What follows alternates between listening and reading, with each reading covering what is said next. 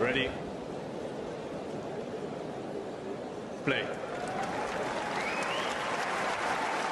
Anyway, Paolini Stearns, yeah, that's going to be the other semifinal. That's the one that we've already had set for the last 24 hours.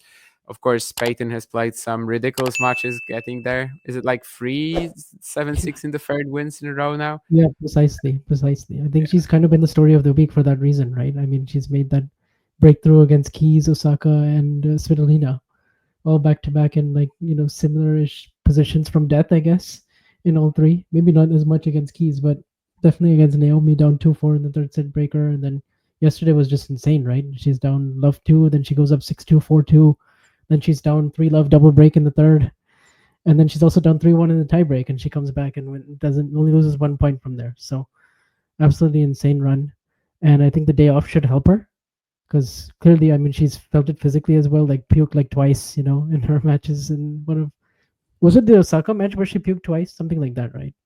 Yeah.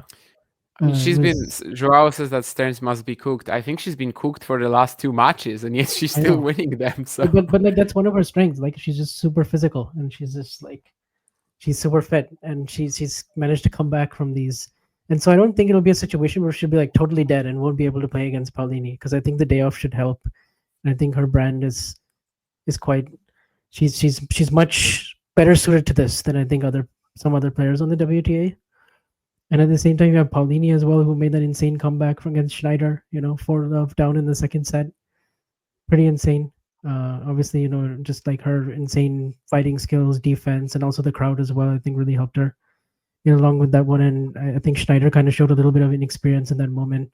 Didn't quite handle it super well. It got pretty tight finishing it out, but nonetheless, that should give Paolini a lot of confidence, who's now back inside the top 8 in the race. So I'm curious to see what this matchup looks like because they never played each other. They both have pretty heavy forehands. Obviously, you have to give the edge to Stearns slightly on the serve. I mean, on the serve, just with the kick serve and just like how many more options she can to open up the court. To finish points may be a bit easier just because the forehand is such a big weapon. But then Paolini, I think, can really drag it and make it quite tight as well. I'm kind of tempted to just take Stearns all the way to the final. Just because it would be just like the most insane story for her to beat like 4 players of this caliber. But I don't know. I think logic kicking in, I'd probably slightly favor Paolini in 3, but it's pretty tight. yeah, I mean, what can you say? I mean, Paolini should have lost to Schneider. Stearns, I don't know how she's still in the event, but she keeps doing it, and she keeps like actually, crushing these crucial moments. At this stage, maybe I will ask you another question, and it is somewhat controversial, but does this match even matter? I mean, isn't the winner just gonna be the winner of Goff and Jake? No, I mean, I think we can still get a competitive final. Like I'm not that. I don't think it's like completely. I don't know. It's not like a Song of Prayer RG or something like that. Like I do think the winner has a chance in the final. Like if it's Goff, I mean, you always have a chance against Coco just because the game can be so up and down, and she is going to be such a massive favorite. And then same thing with Kinwen. They're like Kinwen will be trying to win her first big title too, outside, on the tour at least.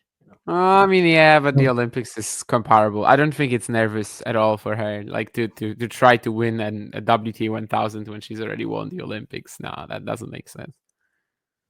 okay, maybe yeah, maybe I think she's past that point now, but yeah, I mean, I think we could still get a good final. I don't think it's like a total washout. I hope so. Although clearly, like if we were to make a power ranking, they would be third and fourth.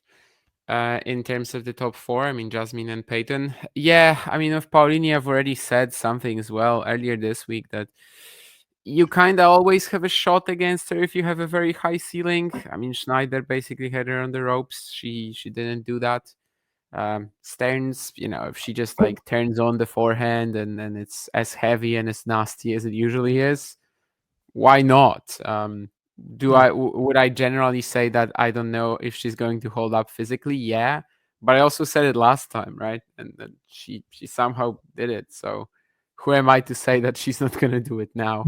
Hopefully, it's just not one of these matches where at some point it's just too much for Peyton, and it's clear from the get-go that like she doesn't quite have it physically. At least this time she has a day off. Probably helps. Hoping for a good match, but I think there's a very wide range of possible scorelines, and it's from a Paolini demolition to like a pretty good 2-set win for Peyton. So it's really many factors that we can't fully control. Yeah. Eat which words, Ghosty? Which words? Anyway, Gene is mentioning the head-to-head between Zhang and Paolini, and I think I think it was like 4-0 for. It is, yeah, absolutely. Zhang, so that's She's a rough been one crushing for her every single time. Yeah. If you enjoyed this video, make sure you hit that like button.